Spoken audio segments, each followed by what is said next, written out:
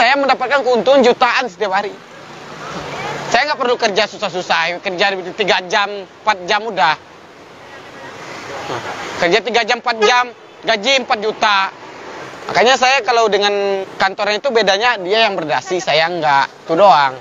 Saya yang bikin kerjaan sendiri. Kalau saya capek, saya tinggal istirahat. Saya mau tidur sehariannya juga nggak ada yang marah. Saya telat buka nggak ada yang marah. Saya punya duit mau apa saya apain juga nggak ada yang merep. Mau saya nikmati, mau saya bagi-bagi, ya itu hak saya. Mengambil risiko ini tantangannya 2, antara berhasil atau tidak. Saya berani mengambil risiko. Kalau kita tidak berani mengambil risiko, kita hanya berada di titik tidak. Artinya kalau kita menang, kita akan senang. Kalau jika kita kalah, kita dapat pengalaman. Itu doang. Orang itu nggak perlu pintar, yang penting cerdas. Jangan terlalu mengikuti gaya orang. Dan buatlah bangga kedua orang tua kalian tentunya.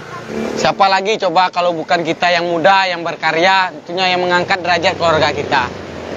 Yang merubah diri kita itu ya kita sendiri, tidak ada dari orang lain. Keadaan tersulit yang dia rasakan, di situ dia baru sadar. Kalau mau tahu dengan keadaan, pergilah jauh dari rumah, dari keluarga, pergilah merantau tentunya. Di sana kamu akan tahu dengan siapa diri kamu sebenarnya. Hidup keberuntungan itu nggak ada. Hoki-hoki kata orang itu nggak ada hoak itu. Hidup ini tergantung kerja keras kita, tergantung kemauan kita. Sesuatu yang kita mau kita kerjain, kita usahain, cepat atau lambat akan memenuhi hasil tentunya. Bukannya bekerja namanya. Ini bukan kerja. Kalau bekerja sama kerja beda, Bang.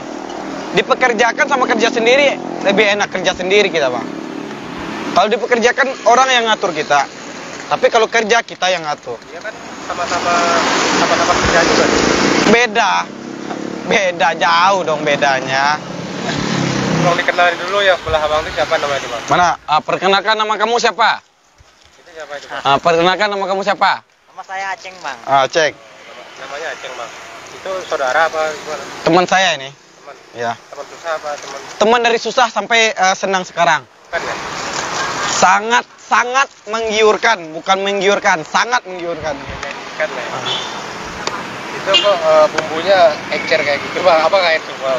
Oh iya, kalau nggak pakai air nggak bisa digiling, dia bukan bumbu namanya. Jangan terlalu encer lah, Bang. Ya, kalau mau untung besar harus sedikit encer. Jadi kalau bisnis ini sebenarnya bisnis ini gampang. Kalau mau untung besar ya gini, nih. Kalau mau untung besar nih buat kalian nih. Tapi kalau dikasih air, uangnya berkah apa enggak, Bang? Ya berkah kan air. Lain kita kasih narkoba.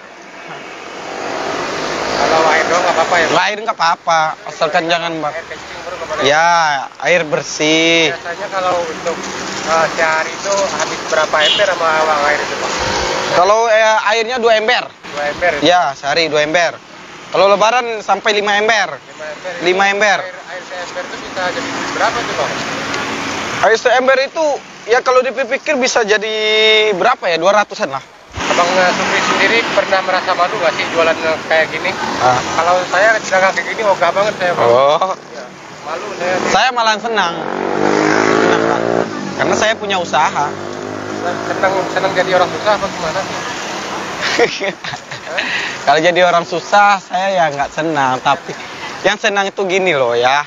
Yang senang ini kita nggak nyusahin orang tua, kita nggak mebanin orang. Yang kita buka usaha sendiri, mau dapat untung atau hasilnya ya kita yang tanggung sendiri. Mau rugi pun kita nanggung risiko sendiri. Intinya kita tidak membebani orang lain. Gini ya, kalau kita tidak bisa membantu orang tua, setidaknya kita jangan jadi beban lah di keluarga itu. Susah-susahnya jualan nggak dapat untung pun kalau jangan kasih tahu ke orang tua. Tapi kalau senangnya nikmatnya baru bagi-bagi. Mikirnya gini, Bang, karena dulu ibunya kita pernah susah.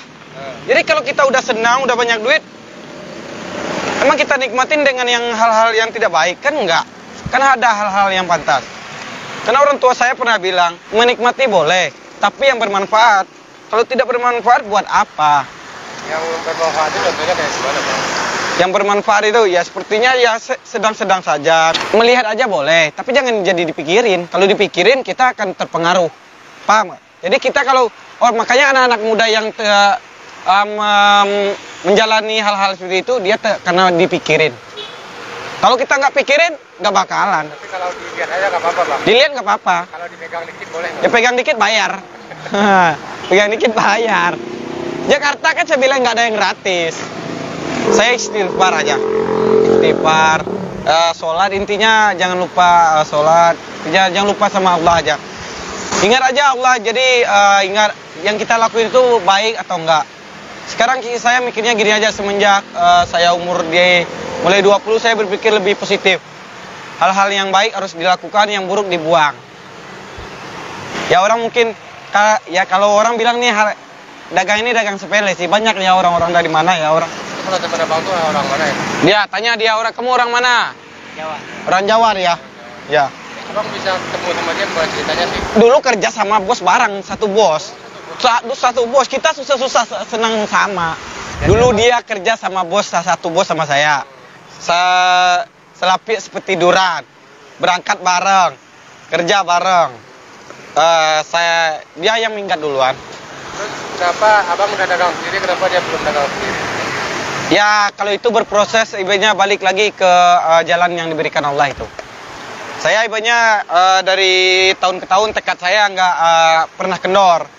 Kalau dia sering pulang kampung nih, tanya aja sama dia sering pulang kampung. Kalau saya sejak berangkat saya nggak pernah pulang kampung, jadi duitnya saya simpan buat modal, karena saya punya tekad dalam tahun-tahun ke depan saya harus memiliki usaha. Itu kalau saya itu. Tidak baik di dalam menjalankan usaha, bisa jadi berpengaruh dalam usaha kita. Karena saya tidak mau usaha saya bangkrut lagi, saya tidak mau jatuh lagi, saya menjalankan usaha aja dengan jalan hidup yang benar. Tidak semua yang kita tabur akan kita panen. Tapi kita tidak akan pernah panen kalau kita tidak pernah menabur. Begitu juga dengan berusaha. Kita tidak akan pernah berhasil kalau kita tidak mau berusaha. Nah, itu prinsip yang saya terapkan di dalam diri saya. Mau tahu lebih dalam lagi tentang ide usaha bumbu giling ini, cek aja di channelnya saya sendiri, ada itu. Channel namanya Sukri Project. Jadi di situ lengkap, Bang. Lengkap tuh. Lengkap dari mulai awal, dari mulai proses, mulai racikan, sampai cara jualan, cara untung, cara penggilingan lengkap. Nah, proses dari mulai awal saya mulai, modal awal. Di situ ada tersedia. Belajarlah dari sana. Kalau ketemu langsung saya nggak bisa, saya sibuk. Saya sibuk soalnya, saya sibuk melancarkan ide usaha saya ini. Jadi di sana saya tidak terlalu fokus di YouTube. Jadi saya lebih fokus menjalankan usaha saya ini. Karena usaha ini sangat menjanjikan sekali kan. Musim-musim apapun nggak berpengaruh gitu ya.